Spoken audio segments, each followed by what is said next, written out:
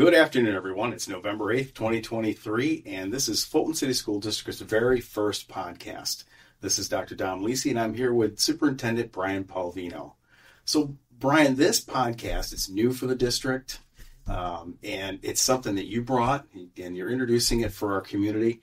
How did this come about? Well, good afternoon, Dom. One of the things that we're constantly looking at is how to improve our communications and really highlighting the work that we're doing here in Fulton and making sure that our community and our families and our students, staff, everybody's aware of what's going on. So I was at a recent state conference for superintendents, and the conference title was How to Shine a Light on Your Community through the use of podcasting. And so it caught my attention. So I attended the session, and the focus was on highlighting and promoting our staff and students, highlighting and promoting the different programs we have in our district. And oftentimes, when I've been meeting with parents, they're not aware of all of the range of opportunities that we have available here in our district, whether it's academically, social, emotionally, all of the different opportunities that our kids have. And I think this lends itself to that opportunity. It also, I look forward to in future podcasts really highlighting the work at each of our schools in the district. So really going to our school administrations and involving students and staff members in these podcasts as well as they talk about their experiences and they talk about the positive things going on, the experiences that they're having, and things that we want to work on as well. So it lends itself to a great opportunity and a different way of sharing information about the Fulton City School District. So, and we're actually truly excited to start this process. And this is the first one, but we hope to do this maybe every couple of weeks or as events come up. We do try to communicate. We put a lot of effort into that process in the district. Could you maybe share with folks some other ways that they could find out what's happening? Because so many things are happening that are so excited in the district. Yeah, I mean, we worked on part of our strategic coherence plan, which began 5 years ago, and we're in the process of re-upping that, and by hopefully by the end of January have a plan that'll extend that out another 5 years. But part of that plan, there was a communications component, and within that component, we really looked at how do we improve our website and the information on our website.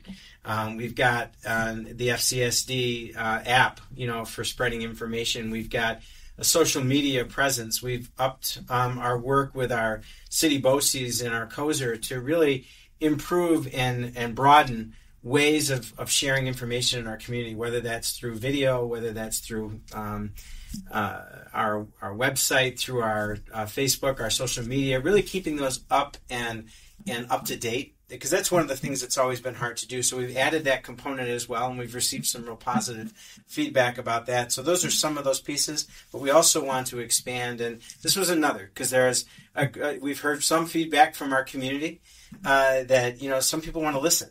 And so this is another way to put us on. You can just listen to the highlights and things that we're doing. You said COSER, and I want to make sure folks understand that. Yeah. So we contract services through BOCES, and a lot of that we receive aid out of it. I want to make sure that. Yeah. So well, one of those is really this communications, public relations work that we're doing. We've always been a part, but we've expanded our work, and I think really got a good plan in place now to really build on that to really make sure that our public is informed about what we're doing here in Fulton. And we really do try to be conscientious about communicating with folks and making sure we get the information out. And you mentioned the app, for example, and folks have to subscribe to that. We just want to remind folks to do that so you can get important updates as they come out. And there's, again, so much happening that it's important for us to have different venues for communication. And that's really why you brought this to the table, because it's another way to have a conversation with folks, right? Yep, for sure. And so part of that, too, is we want to make sure that it's a two-way conversation. Mm-hmm. So, there's always topics out there that folks are interested in hearing about from the district. What are some ways that maybe they can say, hey, I'd really like to hear about this? Yeah. How would you encourage that? Yeah, my encouragement would be, there's a number of different ways. Obviously, you can always send me an email or send a member of my team an email.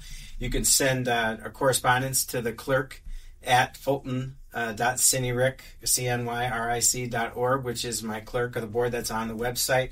That goes to our board, but also to the clerk of the board, and that would be a way to do that. You could let your building administrator know about that. Give us a call at the office. There's a lot of different ways, and you can find all those different methods on the website. but it could be as simple as a phone call to the superintendent's office. Sure. And also we have Let's Talk, right? Well, that's right. I forgot. Yeah, that's another venue on our website, right? There's a link on there. You just click it, and you can share that, and it comes directly in, and then it's distributed to the person that can most aptly address the issue or the question that you have.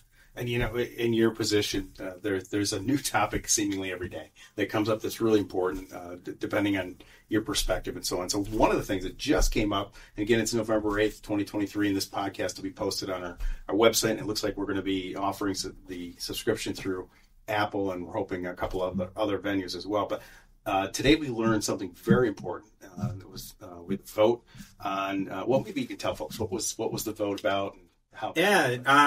Yeah, New York State, obviously Election Day was yesterday, and one of the propositions in New York State was increasing the debt limit for small city school districts from 5% to 10%, and that's to level the playing field.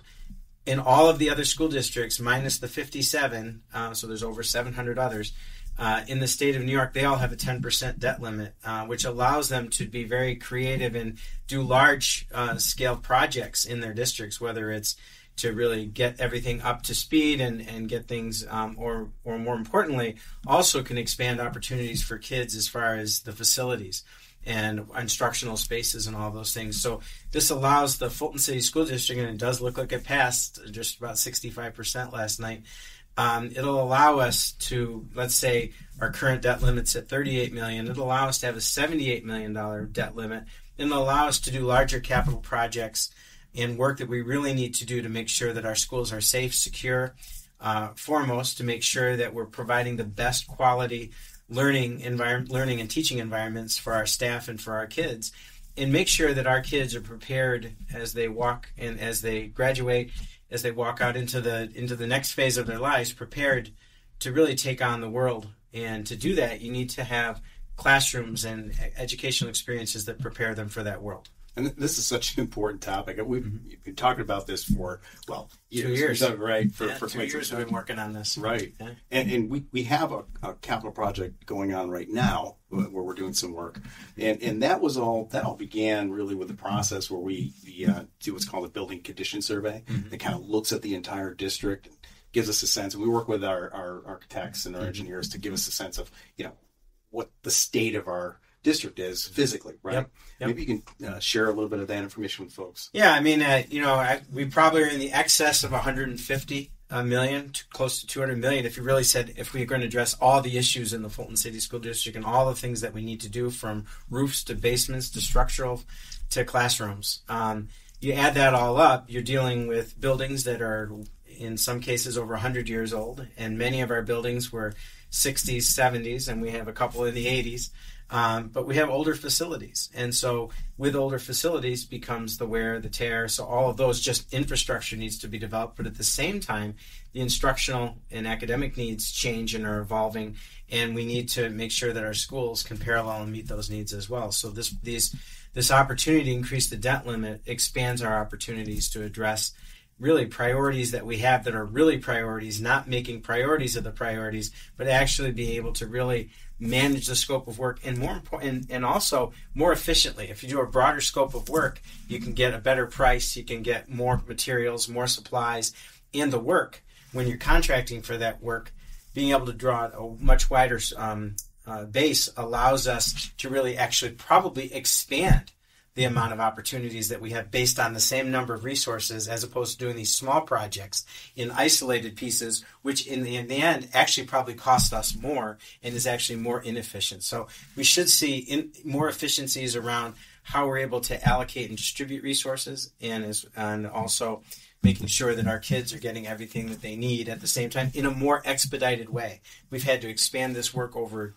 years, in some cases decades, and now we'll be able to address them in a more efficient, prioritized kind of manner. And these funds are really foundational to doing what we need to do for students, right? You have to make sure that our infrastructure is solid and that our buildings are in great shape, and we have to do the basics in order to provide the extras. So, right. And maybe you can talk a little bit about a couple of the projects that we're working on now. And I know, I think it's important to share with the folks too, when we go through this process, when you look at all of the needs in the district, you have to go through this process of paring it down, at least before the vote, and pare it down to the things that were really outstanding. So where are we now? We're completing our $15.1 million project, which we've been working on since that was a 2018 project. So with COVID, it kind of got extended over 5 years now. We're drawing a lot of those things to closure. Work that's been done have included boiler work at the high school. We've done work on roofs and drainage and other kinds of things. We've done a ton of work on the parking lots. Those of you that have been at the junior high or Lanigan or Volney, you'll see that the drop-off patterns are very different. In those areas, we're not safe. We've done infrastructure work with respect to cameras and things like that in our schools around safety and security, and we've got a number of other projects. We're working on the public address system at the high school. We've put in new fire alarm upgrades, and so we have consistency across 3 different schools now where we've got the same systems. So we've got replication, which is what we want to have, and standardization, resulting in us if we have to do repairs, things like that, we have more standardization about how we can approach those repairs, the equipment that we need to do them, so on and so forth.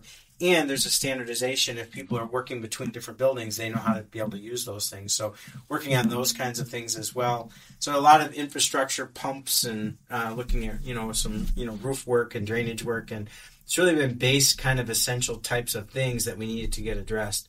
In the current project that we just got passed in our past May, there's $20 million work, at all 6 schools, including the education center, and it goes from roofs to the basements, and so, we just have a lot of those things going on, a lot of projects, and all that scope of work is on our website as well, and, we continue to forge ahead. This is going to be an opportunity to look at things in a more broad base and really start to get some larger pieces. And obviously, safety and security is one of our priorities always, but also making sure on the other end is the academics. So we have to have a safe, secure environment to ensure that we have an academic learning environment that's conducive to great things for our kids. Excellent. Thank you very much. So that's incredibly important. Sounds like we'll be able to do some more things that not only are involved in the infrastructure of the district, but we can really start to focus on things that we've wanted to do for quite some time that'll help our students and certainly our community. I wanted to shift the conversation a little bit. I know the focus is always on learning, and that's certainly your focus. Could you maybe talk a little bit about that and maybe share with folks some of the events that might be coming up that are... Yeah, there's a lot going on in the Fulton City School District each and every week. Thank you to those families and staff and our students who filled out our Strategic Coherence Plan surveys. We're pulling that data together, and we're presenting that at a future board meeting, probably in early December. I want to thank everybody for participating. The comments were terrific. It's really going to help us as we design our next rendition of our Strategic Coherence Plan. There's other kinds of events. Please check your calendars and your correspondences from your schools. I know the elementary level, the conferencing is coming up in the next couple of weeks here in November. There's concerts going to be going on in all of the schools. I already attended to it. G. Ray Bodley's had instrumental and orchestral and choirs are already presenting in the last week or so. And so I'm looking forward to a lot of opportunities for students to express and demonstrate all of the things that they're accomplishing in the areas of music and the arts. And a lot of events going on in our schools as well. So there's a lot of going on. Always check our district website for the calendars on there, and also look for those correspondences from the schools as well. Excellent. Well, thank you so much. I know the goal of our podcast is we're going to be inviting some other folks in to chat with us. And yeah, I want to do less of the talking, and I really want to have the opportunity for the individuals that are either running in programs or participating in programs as students to really talk about what's going on, so that everybody, whether you're in kindergarten, pre-K, kindergarten, all the way up through 12th grade, you can really get a good feel for what's going on in our district and what you have to look forward to down the road. And I bet we'll hear from some students as well. For sure, absolutely. They're a big part of this. Right. Fantastic. Well, great, and thank you so much. And just want to remind folks to sign up for our app and check our website often. Information is updated there regularly. And we want to thank you for joining us for our first podcast. And we'll be talking to you soon. We hope to have one in the next week or so. And thank you so much. Yeah. Thanks, Dom.